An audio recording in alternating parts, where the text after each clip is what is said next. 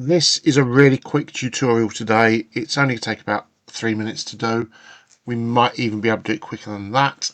And it's the multi-mirror feature tool, or custom feature I should say.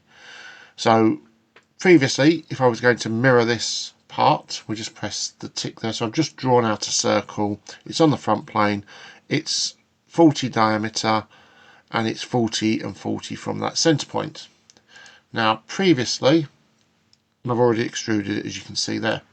Now previously we would have gone to mirror, across the top here, entities to mirror, part 1, mirror plane.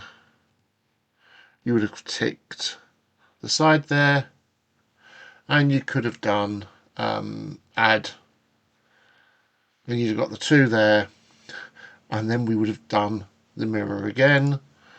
So part 1, part 2, mirror plane,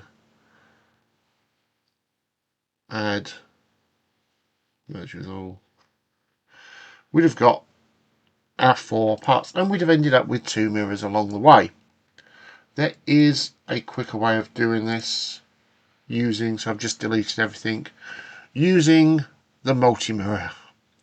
So we click on multi-mirror, bodies to mirror, it's part 1, and it's done. It's as quick as that.